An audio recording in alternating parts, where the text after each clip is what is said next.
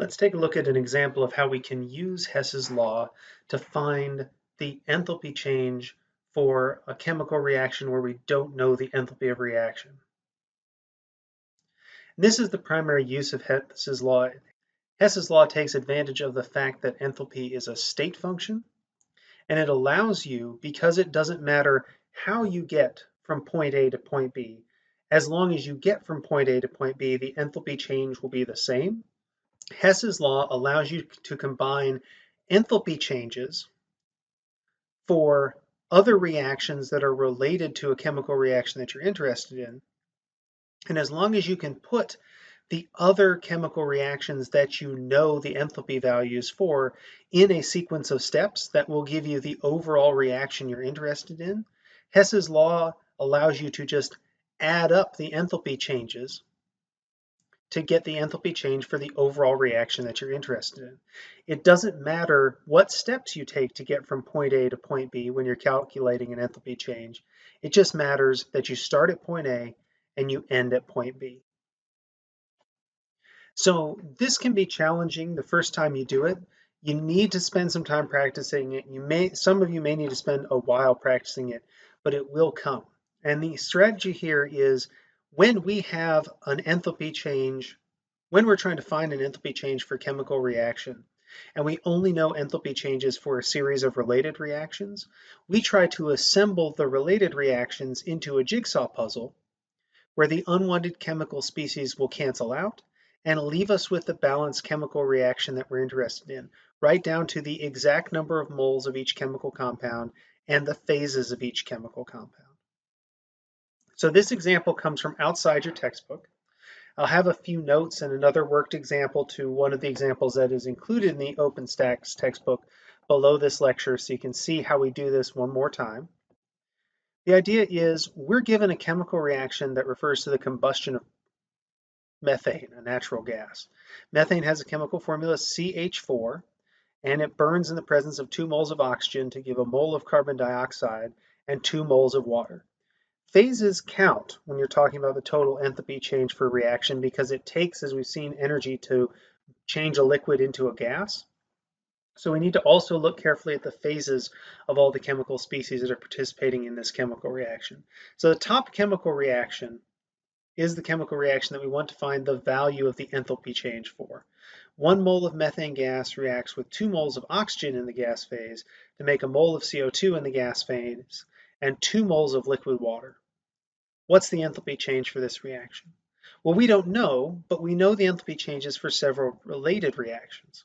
We know that when methane burns in presence of 1 mole of oxygen, both in the gas phase, we've found in a table, or our textbook has given to us, that this results in the production of 1 mole of formaldehyde gas and 1 mole of water in the gas phase. We can find an enthalpy change value at standard conditions, a delta H naught, for this reaction of negative 275.6 kilojoules.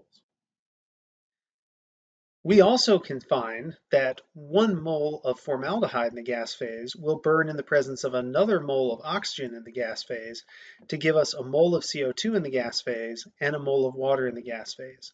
The enthalpy change under standard conditions for this reaction, delta H naught, is negative 526.7 kilojoules. We also can look up the enthalpy of vaporization of water under standard conditions to convert a mole of liquid water to a mole of gas phase water is a phase change that takes 44 kilojoules per mole of water under standard conditions. And the way we're going to go about solving our problem is we are going to take the 3 chemical reactions that are in the lower half of the slide here, 1, 2, 3, and we are going to put them together like we're solving a jigsaw puzzle so that the reactions happen stepwise and the overall reaction starts with methane and oxygen and ends up with CO2 and 2 moles of liquid water. So we can put these 3 reactions together in such a way that this is the overall reaction that we're going to get, like assembling a jigsaw puzzle. The idea is once we've done this, we're going to add up the enthalpy change for each reaction, and the sum of the enthalpy changes for the reaction is going to be equal to the enthalpy change for this overall reaction at the top. Now this is where it gets hard because there's not like a precise series of steps that you're going to follow, similar to a dimensional analysis problem. You have to look at the information you're given and see relationships between the different chemical reactions and how we could put the other chemical reactions that were given together to get the overall chemical reaction that we're interested in. So I only have general strategy advice for you here, and I'll be happy to give you some more tips about things to look for. But the bottom line is you have to look at a Hess's Law problem like you're solving a puzzle. And you have to arrange the chemical equations that you're given so that they lay out a stepwise path from the reactants you're interested in to the products you're interested in. And for you to chart a successful path from the reactions that you're given to the reaction that you're interested in, you have to nail the moles of each compound and you have to nail the phases. So you have to make sure everything matches the chemical reaction that you're interested in. And if you've done your work right, then you can just add up all of the enthalpy changes for each individual step, and the sum of your enthalpy changes for all the steps in your reaction pathway are going to be equal to the enthalpy change for the overall reaction. All right, so the thing to keep an eye on then as we're solving this problem is our reactants are 1 mole of methane in the gas phase and 2 moles of dioxygen in the gas phase. Our products are 1 mole of CO2 in the gas phase and 2 moles of liquid water in the gas phase. Delta H naught for this reaction is what we want to find. So let's start with the first two chemical reactions we were given. The first one said that 1 mole of methane and 1 mole of O2 react to give 1 mole of formaldehyde and 1 mole of water in the gas phase. We were given the enthalpy change for this reaction. And we're going to start with this reaction because on the reactant side, we have 2 of the chemical reactants we're interested in, methane in the gas phase and 1 mole of dioxygen in the gas phase. This doesn't perfectly match our reactants yet because we need to react 1 mole of methane with 2 moles of oxygen to get to the chemical reaction we're interested in. Well, how do we do that? Well, we look at the other chemical reactions that we were given. If we go back to the first slide with the presented information, we were given another chemical reaction that says formaldehyde, the product of this reaction, will react with O2 in the gas phase to give 1 mole of CO2 gas and 1 mole of gas phase water. And we know the enthalpy change for that. So we can put these two reactions together in sequence to describe a chemical reaction very similar to the overall reaction that we're looking for. And the way we do that is say, okay, here's our first reaction. Now I want to run a second reaction. If I now bring in my second reaction and line it up below the first, what that's saying on paper is the formaldehyde that I made in the first step is used up in the second step. It was a product here. It's now a reactant.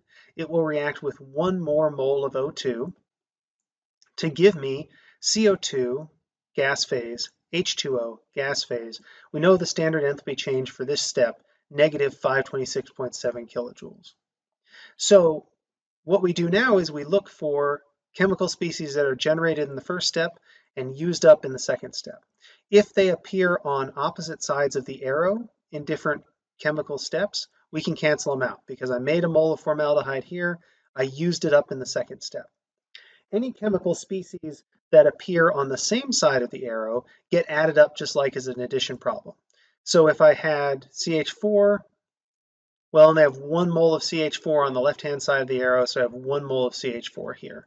But I have 2 moles of oxygen here and here on the left-hand side of the arrow now. So I add those up and I say my net reaction overall is 1 mole of CH4 gas reacts with 2 moles of O2 gas, and it gives us 1 mole of CO2 in the gas phase and 2 moles of water in the gas phase. I can figure out the enthalpy change for this overall reaction that I've written by adding the enthalpy changes for this step and that step.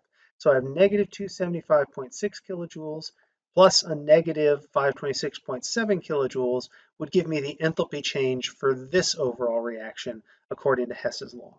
And if you look at this overall reaction, that's awfully similar to the overall reaction that we're trying to describe.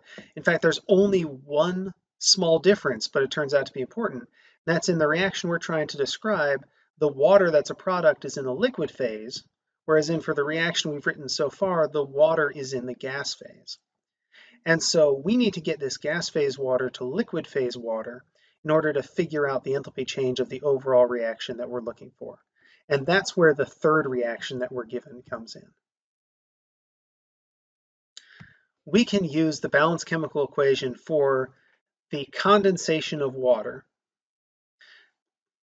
which is the reverse of the reaction that we were given. So the third reaction that we were given was 1 mole of liquid water is vaporized to make 1 mole of gas phase water. Endothermic reaction, positive 44.0 kilojoules for each mole of water that you vaporize. I can take the reverse of this reaction, the gas phase water gets condensed to liquid water, and make that another step in my reaction sequence to get the gas phase water that I made here into liquid phase to match the overall reaction that I'm looking for. So I'd say I need to run the reverse of the reaction that I was given on the first slide twice. 1 mole of vapor phase H2O, gas phase H2O has to be condensed to make 1 mole of liquid water. I need to do that step twice. The question is, what does that mean for the enthalpy change? Well, it took 44 kilojoules, a positive 44 kilojoules, to turn the liquid phase water into gas phase water. Remember, according to a thermochemical equation, if I run the reverse of the thermochemical equation, the magnitude of the enthalpy change is the same, but the sign is opposite. So if I want to turn 2 moles of gas phase water into 2 moles of liquid phase water, this conversion, 1 mole of gas phase water to 1 mole of liquid phase water, is exothermic, negative 44.0 kilojoules, the reverse of the reaction that we were originally given. If I do that reaction twice, the enthalpy change will be twice as big. So if I do 2 moles of gas phase water condensed to 2 moles of liquid phase water, based on the work we did with thermochemical equations, it should be clear that the enthalpy change will be twice as large. So if I do this step, 2 moles of gas phase water condensed to 2 moles of liquid phase water, that enthalpy change will be exothermic to the tune of 88.0 kilojoules, twice as big as the enthalpy change for 1 mole of water. We can now add the new step to the reaction sequence where we made 2 moles of gas phase water in the previous step. Now we can condense 2 moles of gas phase water in the new step to form 2 moles of liquid water. Cross off this gas phase water here because we made it in this step, use it up in this step. And now if we add up these 2 new reaction steps, we get the overall chemical reaction that we're looking for. 1 mole of methane reacts with 2 moles of gas phase oxygen to give a mole of CO2 in the gas phase and 2 moles of liquid water.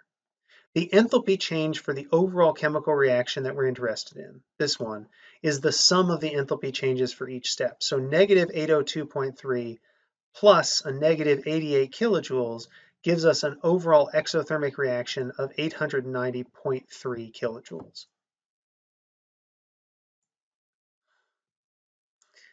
And so that is what we would report for the chemical reaction that we're looking for. This is a tricky skill. Most people look at a Hess's Law problem initially and either find that it's pretty impenetrable looking and they don't understand why we're doing each step, or they say, okay, this makes a lot of sense. We're just assembling pieces of different reactions like a jigsaw puzzle until we're getting the reaction that we're looking for. We add up all the enthalpy changes and we're done. No matter which camp you fall into or anywhere in between, it's going to take you some practice to learn how to employ Hess's Law correctly. So there's another example right below this where instead of talking you through it, I'm just going to show you my notes as I walk through each step in the reaction process.